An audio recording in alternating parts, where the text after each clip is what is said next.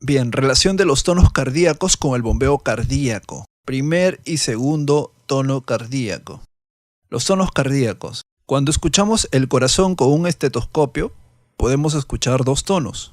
El primer tono cardíaco es bajo y prolongado. Se da cuando se cierran las válvulas AB. El segundo tono cardíaco es un golpe seco y rápido. Se da cuando se cierran las válvulas semilunares. No se oyen los sonidos cuando se abren las válvulas, ya que es un proceso lento.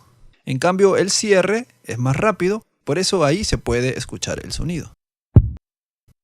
Pasamos al siguiente tema, que es generación de trabajo del corazón. Vamos a ver análisis gráfico del bombeo ventricular y conceptos de precarga y poscarga.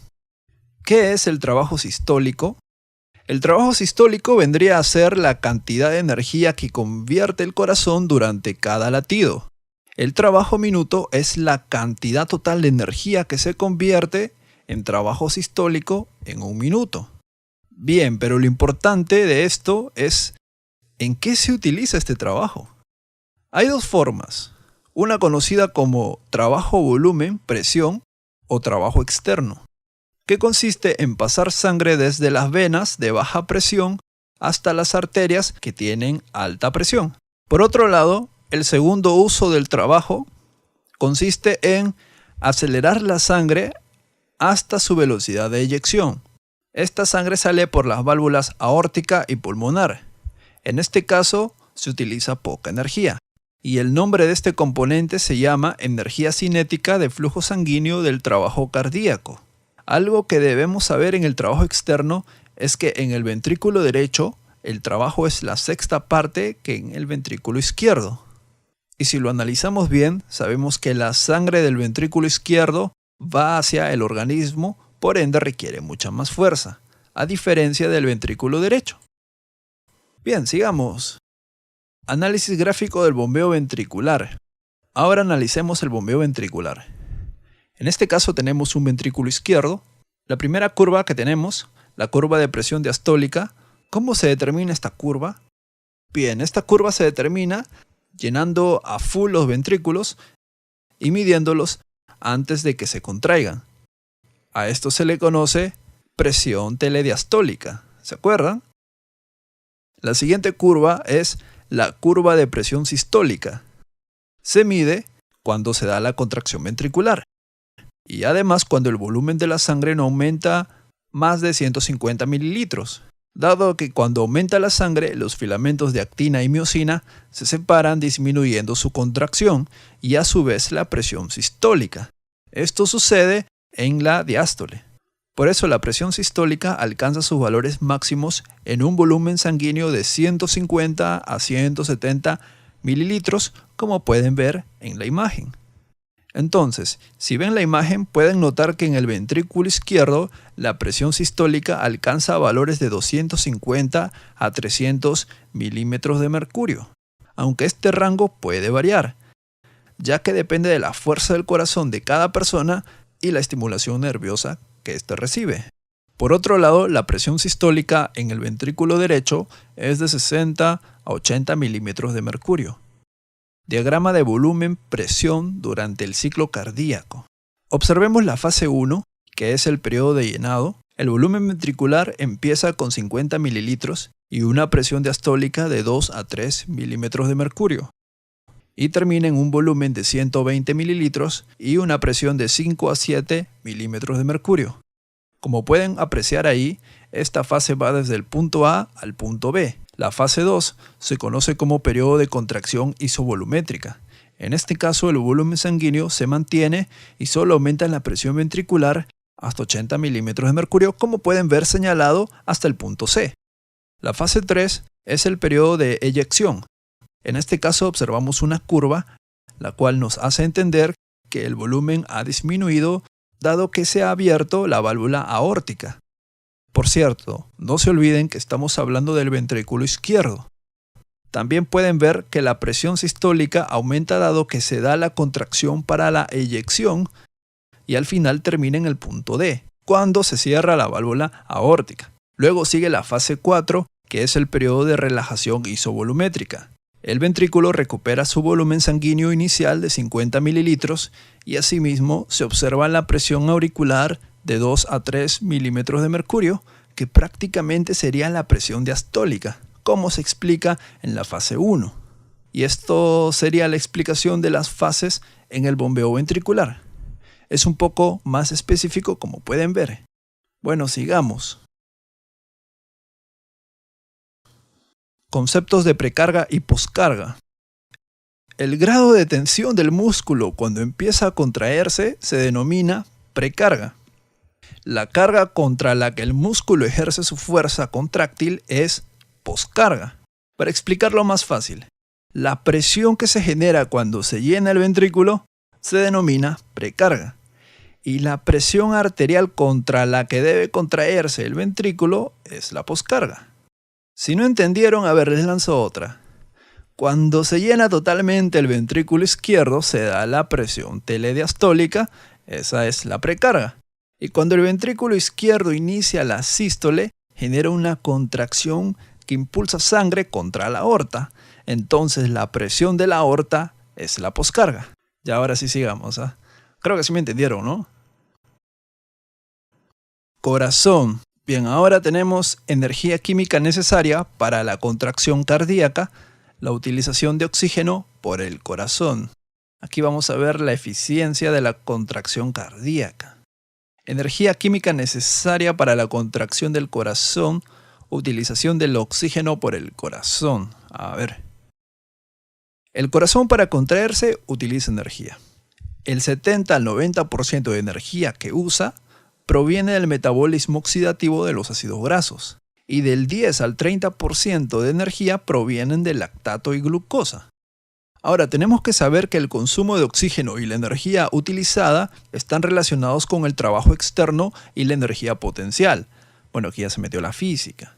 Pero siempre existe ese doctor que te pregunta hasta lo último. Bueno, energía potencial. La energía potencial es la energía que mide la capacidad de un sistema para realizar un trabajo en base a su posición o configuración. Su fórmula es energía potencial igual a masa por gravedad por altura. Bueno, eso es un poco tedioso, ¿no? Ahora, lo importante de todo esto es, el consumo de oxígeno es proporcional a la tensión que se da en el músculo cardíaco durante una contracción por duración de tiempo que toma esa contracción. A esto se le conoce como índice tensión-tiempo. Ahora, la eficiencia de la contracción cardíaca. En una contracción, la mayor parte de la energía se vuelve calor y solo una pequeña parte se convierte en trabajo. La eficiencia máxima en un corazón normal es entre el 20 y 25%. Y en una insuficiencia cardíaca, el valor es entre 5 y 10%. Ahora pasamos a regulación del bombeo cardíaco. Esta es la parte más amplia. Bien, acá vamos a hablar de la regulación intrínseca, las curvas de función ventricular, control del corazón, efecto de los iones y la temperatura en función cardíaca. Y acabamos el primer capítulo. Regulación intrínseca del bombeo cardíaco, mecanismo de Frank-Starling. Bien, la cantidad de sangre que bombea el corazón cada minuto está determinado por la velocidad de flujo sanguíneo hacia el corazón. En otras palabras, por el retorno venoso. Ahora, la capacidad intrínseca que tiene el corazón para adaptarse a estos volúmenes sanguíneos que entran al corazón se le conoce como mecanismo de Frank-Starling. ¿Y qué es el mecanismo de Frank-Starling? Bien, este mecanismo se explica de la siguiente manera. Cuando mayor distensión hay en el músculo cardíaco durante el llenado, mayor será la fuerza de contracción ventricular y por ende mayor es la cantidad de sangre que se bombea hacia la aorta. Y ustedes se preguntarán, ¿y por qué solo a la aorta y no a la arteria pulmonar? Bien, la respuesta es simple. Supongamos que nosotros somos el mecanismo de Frank-Starling. Entonces, paso 1. Viene el retorno venoso hacia la aurícula derecha, esta vez con un poco más de volumen sanguíneo. Y el paso 2 es que este volumen sanguíneo de la aurícula derecha pasa al ventrículo derecho y luego va a la arteria pulmonar, se oxigena y luego regresa por las venas pulmonares hacia la aurícula izquierda. Luego va al ventrículo izquierdo y finalmente a la aorta. Por eso el mecanismo de Frank-Starling lo han enunciado de esta manera. El corazón impulsará un volumen de sangre igual al que llega a la aurícula derecha. Y lo que añade Guyton es que a mayor volumen habrá mayor contracción y por ende mayor cantidad de sangre se bombeará. Por último, debemos saber que la distensión de la pared auricular derecha aumenta la frecuencia cardíaca en un 10 a 20%. Sin embargo, esto no contribuye mucho a la cantidad de sangre que se bombea, ya que en sí el que contribuye a aumentar la cantidad de sangre en el bombeo es el mecanismo de Frank Starling. Curvas de función ventricular. Bien, estas curvas de función ventricular sirven para expresar el mecanismo de Frank Starling. Se da de la siguiente manera. Cuanto más aumenta la presión en las aurículas, o sea, más se llenen las aurículas, mayor será el llenado de los ventrículos. Por ende, a mayor volumen ventricular, mayor será la contracción y así el corazón bombeará mayor cantidad de sangre. Ahí podemos ver el gasto cardíaco. El gasto cardíaco es el volumen de sangre que expulsa un ventrículo en un minuto. Normalmente en un joven es aproximadamente de 5 litros por minuto. Entonces ya sabemos que cuando aumenta la presión auricular, aumenta el volumen ventricular. Pero la gran pregunta es, ¿por qué aumentaría la presión auricular? Bueno, puede ser por una insuficiencia cardíaca, infarto agudo de miocardio, cardiopatía congénita, etc. Entonces, como aumenta el volumen sanguíneo en la aurícula, el ventrículo también se llena más y por eso el corazón bombea más sangre. Y así aumenta el gasto cardíaco. Bueno, eso sería todo. Control del corazón por los nervios simpáticos y parasimpáticos. Aquí debemos saber que la eficacia de la función de la bomba también es controlada por los nervios simpáticos y los nervios parasimpáticos. Estos nervios parasimpáticos son los nervios vagos que se dirigen al corazón. Ahora, el gasto cardíaco puede aumentar hasta el doble y esto se daría gracias a la estimulación de los nervios simpáticos. Así como aumenta el gasto, también puede disminuir y sería gracias a los nervios parasimpáticos. Mecanismo de excitación del corazón por los nervios simpáticos. La frecuencia cardíaca normal es de 70 latidos por minuto aproximadamente. Y cuando hay una estimulación intensa del nervio simpático, la frecuencia puede aumentar a valores de 180 a 200 y rara vez a 250.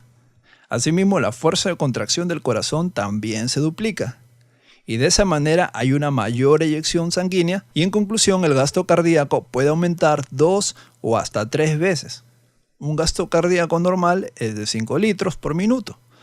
Con estimulación simpática estaremos hablando de un volumen de 10 a 15 litros por minuto. Sin embargo, si se inhiben los nervios simpáticos, la frecuencia del bombeo disminuirá un 30% por debajo de lo normal, ya que estos nervios simpáticos siempre mandan descargas continuas al corazón. Estimulación parasimpática del corazón. Hablemos de la estimulación parasimpática. Esta para mí es la que te mata, ¿eh? Esta para mí es la que te pega duro. ¿Y por qué? Bien, si se estimula intensamente a las fibras nerviosas parasimpáticas, o sea, a los nervios vagos que llegan al corazón, pasará lo siguiente. El corazón dejará de latir por unos segundos, pero luego el corazón literalmente escapa y se mantiene con una frecuencia de 20 a 40 latidos por minuto, mientras continúe la estimulación parasimpática. Asimismo, esta estimulación vagal puede reducir la fuerza de contracción del corazón en un 20 a 30%. Un dato importante es que las fibras vagales se distribuyen por las aurículas y no mucho por los ventrículos. Ahora, si le sumamos la disminución de la frecuencia cardíaca y la reducción de la fuerza de contracción, nos dará como resultado una reducción de un 50% o más del bombeo ventricular. En otras palabras, disminuirá el gasto cardíaco en un 50% más o menos. Eso quiere decir que un hombre que bombea 5 litros de sangre en un minuto, ahora bombeará unos 2.5 a 3 litros por minuto. Bien, sigamos. Ya falta poco. Efecto de la estimulación simpática y parasimpática sobre la curva de función cardíaca. Bien, en esta diapo solo veremos cómo cambia el gasto cardíaco gracias a la estimulación del sistema nervioso autónomo. Debemos saber que cuando el sistema nervioso autónomo actúa, el gasto cardíaco cambia, debido a las variaciones en la frecuencia cardíaca y la fuerza de contracción. Bien, como podemos ver en la imagen, a medida que aumenta la presión auricular derecha, podemos ver que el gasto también aumenta. Y algunos se preguntarán, ¿y la aurícula izquierda no tiene nada que ver? Pues no tiene nada que ver, ya que estamos hablando del gasto cardíaco y ahí se usa todo el corazón, empezando desde la aurícula derecha y terminando en el ventrículo izquierdo y luego hacia la aorta, ¿no? Con eso creo que quedamos claros. Bien, entonces, como podemos ver, la aurícula derecha se está distendiendo bastante y así aumenta su presión. Es así como el gasto cardíaco aumenta también. Con la estimulación simpática máxima, el gasto aumenta. Con la estimulación simpática cero, se pierde un 30% de gasto cardíaco. Eso lo expliqué hace 2 diapos atrás. Y por último, vemos que cuando se activa el parasimpático, el corazón disminuye su bombeo de sangre en un 50%, dado que se disminuyó la frecuencia cardíaca y la fuerza de contracción. Esto también lo expliqué hace una diapo. Bueno, entonces esta imagen de las curvas solo nos sirve para ver cómo se da el efecto de la intervención del sistema nervioso autónomo. Quizás algunos se preguntarán, pero si el gasto cardíaco en un adulto en reposo es de 5,5 litros más o menos, ¿por qué aquí Guyton muestra el valor normal de casi 15 litros? Bueno, gente, la verdad es que en esta gráfica no se explica si es de un ser humano o un animal. Quizás hubo error de impresión, ya que estos libros han sido traducidos y la verdad es que Guyton tiene bastantes errores. Solo debemos quedarnos con las variaciones que ocasiona el sistema nervioso autónomo, nada más. ¿Para qué complicarse más? ¿Para qué complicarse más la vida? Efectos de los iones potasio y calcio sobre la función cardíaca. Bien, aquí aprenderemos las consecuencias de un aumento de estos dos iones. Cuando el potasio aumenta en el líquido extracelular aproximadamente entre 8 a 12 mil equivalentes por litro, ocasiona lo siguiente: un corazón dilatado, flácido, disminución de la frecuencia cardíaca, y también se podría llegar a bloquear la conducción de impulsos de aurículas a ventrículos mediante el haz de His o haz AB, o haz V, como quieran decirle. ¿Y por qué pasa todo esto? Bueno, gente, el exceso de potasio fuera de las células hace que la membrana se despolarice un poco y por consecuencia disminuye el rango del potencial de acción en reposo. Entonces, como sabemos, el potencial de acción en reposo del corazón es de -85. Al haber más potasio, este pierde negatividad. A ver, les explico de una manera más fácil. El rango de potencial de acción en un corazón normal es de -85 a +20 aproximadamente. Aquí el corazón late normal y su contracción también es normal. Pero ¿qué pasa si empieza a aumentar potasio, así en cantidades abundantes? Ocurriría lo siguiente. El potencial de acción de -85 empezaría a perder negatividad, o sea, iría de -84, -83, -82 y así continuamente. Entonces, esto afectaría al corazón en su fuerza de contracción, dado que el rango de potencial de acción, que en un principio fue de -85 más 20, ahora se está cortando continuamente. Por eso, basta con que el potasio sea de 8 a 12 mil equivalentes, o sea, de 2 a 3 veces más de lo normal. Esto podría matar a la persona, ya que el corazón sería muy débil. En cambio, el calcio es distinto. Si aumenta mucho calcio, la contracción del corazón se volverá una contracción espástica. Los que estuvieron atentos al video recordarán que el calcio aumenta la duración. Ojo, duración de la contracción cardíaca. Por eso se forma la meseta. Entonces, gente, ¿qué es una contracción espástica? Es una contracción en donde los músculos se mantienen permanentemente contraídos. ¿Y qué pasaría si falta calcio? Pues bueno, el músculo se volvería flácido, así como la gente que no hace ejercicio, todos flácidos. Ahora, para complementar esto del calcio, les cuento unos datos puntuales. La variación de los iones calcio casi no afectan al corazón. Y ustedes se preguntarán, ¿por qué? La respuesta es porque aquí entran las hormonas. Si han estudiado hormonas sabrán que cuando hay mucho calcio, entra a tallar la calcitonina. La calcitonina está en las células parafoliculares de la glándula tiroides. Y bueno, esta hormona disminuye la concentración plasmática de calcio. ¿Y qué pasa si nos falta calcio en el organismo? Bueno, ahí nos podemos morir, pues porque no se contraerían los músculos inspiratorios como el diafragma. También el corazón deja de latir y para rematar nos puede dar una tetania. ¿Y qué es una tetania? Bueno, una tetania son contracciones dolorosas por falta de calcio. Pero eso da en el músculo estriado, ¿ah? Eso no tiene nada que ver con el corazón. Entonces, para aumentar el calcio en el cuerpo, ahí entra la paratormona, esta hormona que se encuentra en la paratiroides. Bueno, Ya me salté de tema. Bien, entonces ya vimos lo que hace el calcio y el sodio. Siguiente diapo. Efecto de la temperatura sobre la función cardíaca. Bien, aquí para explicarlo al toque, frío y calor. En el frío, la frecuencia cardíaca disminuye. Y en una hipotermia, la frecuencia cardíaca puede ser unos cuantos latidos por minuto. Cuando hablamos de una hipotermia, nos referimos a rangos de 16 a 21 grados centígrados. Ahí estás a un paso de la muerte ya prácticamente. En cambio, cuando aumenta la temperatura del cuerpo, también aumenta la frecuencia cardíaca a su vez. También se produce mayor fuerza de contracción, pero transitoriamente. O sea, un aumento de contracción pasajera o temporal.